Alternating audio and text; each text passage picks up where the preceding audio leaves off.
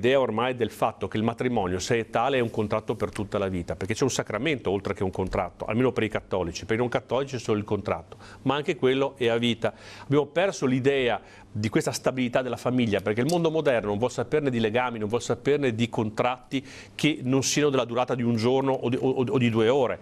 E questo naturalmente fa sì che la famiglia crolli. Con tutti i divorzi che ci sono abbiamo la meraviglia adesso di avere una specie di famiglia poligamica allargata, per cui c'è Tizio che è figlio di Caia, Caia che è col figlio di Sempronia, cioè una roba veramente folle. Se siete contenti così, poi non vi lamentate però se l'immoralità dilaga, perché è normale, insomma. Chi è causa del suo mal? L'immoralità, prometto che ci penso. Ci pensa. No, io già che ci pensi, anzi, è tanto. A volte ci vuole un po' per riuscire a capire il senso delle sue provocazioni, non sono sempre così. Non è sempre così facile. È per forza, perché quando uno si è bevuto da bigiane di propaganda laicista per tanti anni, insomma, uscire fuori dall'ebbrezza non ci vuole. Stefano, ti ringrazio. Già ci pensavamo prima.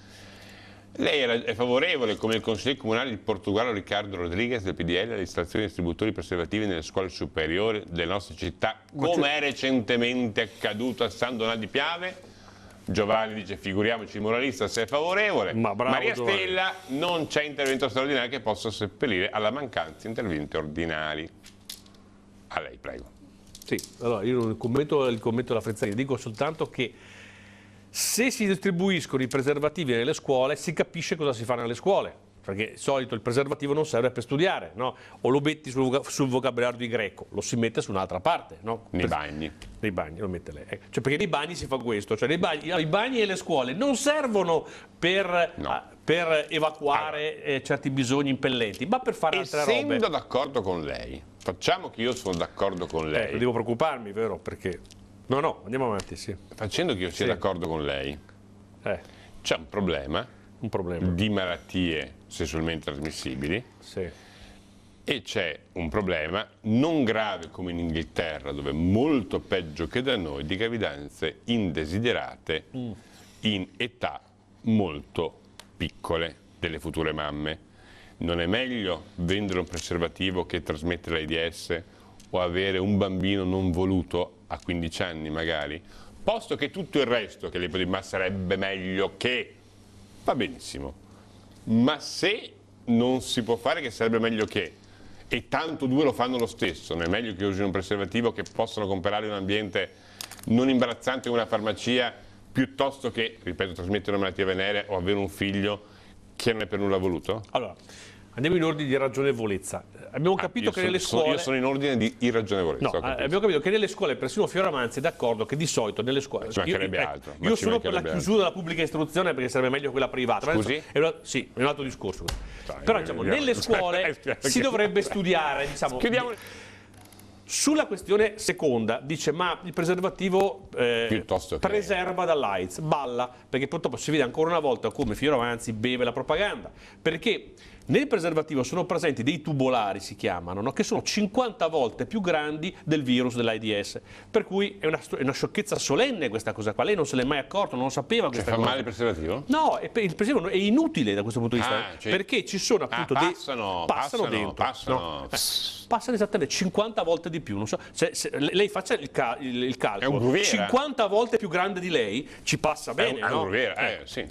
Punto terzo, sulla questione delle ragazzine e le gravidanze indesiderate, ma la cosa logica non è dire ti do il preservativo, la cosa logica è non fare certe cose, perché non è normale che la ragazzina a 14 anni abbia delle relazioni sessuali, come non è normale anche prima del matrimonio in generale, figuriamoci a 14 anni, questo è quello che le divide dalle persone, no l'uso del preservativo, ma siccome non siamo nella ragionevolezza, adesso Tessarolo mi dà un po' di cavolate. Qui c'è la telefonata. Bene. Pronto, buonasera. Buonasera.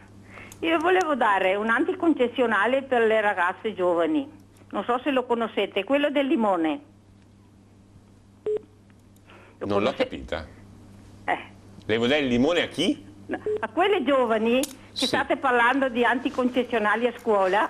Sì. A quelle giovani ci sarebbe un anticoncezionale che si chiama il limone. Non so se lo sa. Il limone, e non lo usa. Il limone, non saprei che cosa dovrebbe essere.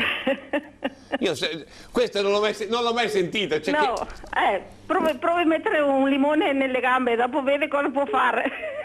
Forse vorrebbe dire che diciamo, se stessero più attenti, diciamo, un tipo di condotta, si eviterebbe certe conseguenze. Questo molto più semplicemente. La signora ha un senso dell'umoro che io mi chiedo scusa, forse è un modo di dire veneto che non conosco, io però io continuo a dire, io credo che sia meglio, ripeto, comunque la possibilità di accedere a un anticoncezionale piuttosto. No, io penso che guardi, adesso è raro che il sottoscritto sia fautore dell'Africa, però in Uganda, oggettivamente, c'era un tasso di AIDS altissimo, è crollato completamente grazie a una campagna voluta proprio dalla Chiesa, persino dalla Chiesa conciliare, che è tutto dire, in favore dei costumi, dei buoni costumi. Cioè ritornare al matrimonio, queste cose qua. Vabbè, ho capito, ma qua invece sembra che sia una meraviglia se uno si divorzia. Che bello se fai 50 famiglie, che meraviglia se fai l'unione omosessuale. Non è così, Fioravanti. È un fallimento. E allora perché questi fallimenti qua lo Stato me li codifica e li approva? Non è meglio invece evitarli? Perché se lo Stato, anziché favorire i fallimenti, li sanzionasse o comunque evitasse di sostenerli, questo favorirebbe la famiglia tradizionale. Si rende conto di questo? Cioè, io penso che questo è su cui dobbiamo mirare noi, il fallimento di quella persona prima di cui tutti quanti compiangiamo la morte. Non ha anche a fondamento tutto questo, perché ha ragione lei che dice bisogna aiutarli anche se uno è il peggior peccatore, sono d'accordo, ma se lo aiutiamo anche prima a non farli, se possibile, certo tipo di peccati, certo tipo di vita dissoluta, è un problema, no? Che ci risparmiamo, o no? Cioè, questo che voglio dire.